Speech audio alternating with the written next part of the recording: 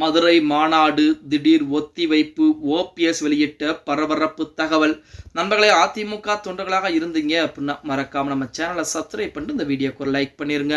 அனைத்திந்திய அண்ணா திராவிட முன்னேற்ற கழகத்திலே ஒரு காலத்திலே ஓபிஎஸ் மிக முக்கியமான ஒரு அரசியல் தலைவராக அறியப்பட்டார். தமிழகத்துடைய முதலமைச்சர், துணை முதலமைச்சர், அதிமுகவுடைய பொருளாளர், அதிமுகவிலே பல முக்கியமான பதவிகளை வகித்தவர் தான் நமது அண்ணன் ஓபிஎஸ் அவர்கள்.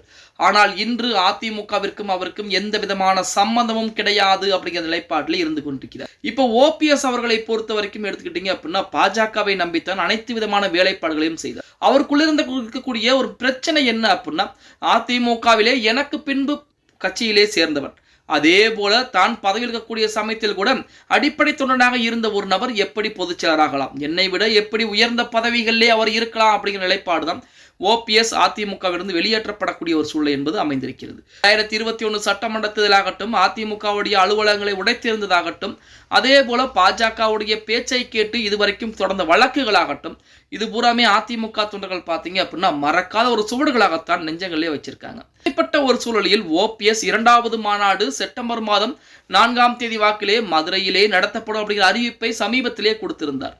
மாநாடு அறிவிக்கக்கூடிய அந்த நேரத்திலே ஓபிஎஸும் மாநாட்டை அறிவித்திருந்தார். திடீரென அந்த மாநாடு ஒத்திவைக்கப்படுகிறது அப்படிங்கிற அறிவிப்பை நேற்று தினம் கொடுத்திருக்கிறார். ஓபிஎஸ் அவர்கள் தற்சமயம் அரசியலிலே பார்த்தீங்கன்னா ஓரம் கட்டப்பட்டு விட்டாரா, அல்லது அரசியலுடைய ஆதரவுகள் என்பது இல்லாமல் தன்னிச்சையாக நின்று கொண்டிருக்கிறாரா அப்படிங்கிறது தெரியல.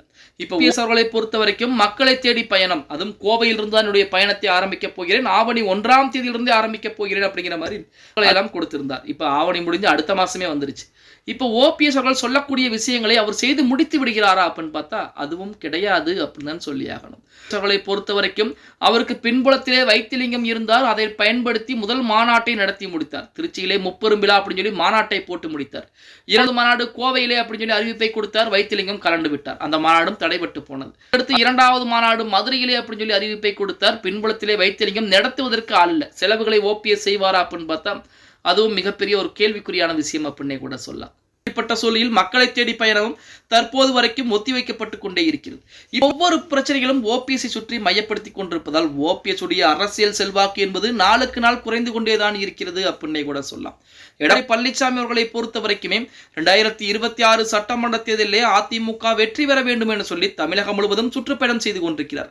ஆனால் ஓபிஎஸ் அவர்களே பார்த்தீங்க அப்படின்னா இதுவரைக்கும் எந்த விதமான பயணத்தையும் மேற்கொள்ள, அதற்கு பதிலாக அதிமுக ஒன்றிணைய வேண்டும், அதிமுக 2026 சட்டமன்ற தேர்தலில் ஆட்சி அமைக்க வேண்டும் இப்படிங்கிற அறிக்கைகள் மட்டும்தான் கொடுத்து கொண்டிருக்காரே தவிர அதற்குரிய செயல் வடிவங்கள் இதுவரைக்கும் முழுமை பெறாமல் தான் ஓபிஎஸ் இருந்து கொண்டிருக்கிறார். இப்படியே போனால் அரசியலிலே அவர் கண்டிப்பாக ஓரம் கட்டப்பட்டு விடுவார் அப்படிங்கிறதுல எந்த மாற்று கருத்தும் கிடையாது அப்படின்னே கூட சொல்ல. இப்போ ஓபிஎஸ் நினைத்தாலும் சரி, சசிகலா அம்மையார் நினைத்தாலும் சரி, எடப்பாடி பழனிசாமியை ஒன்றுமே செய்ய முடியாத அளவுக்கு தன் பின்னாலே ஆதரவுகளை அதிகப்படுத்தி வைத்திருக்கிறார் எடப்பாடி அப்படின்னு சொன்னா அதுக்கு மாற்று கருத்துக்கள் எதுவும் கிடையாது.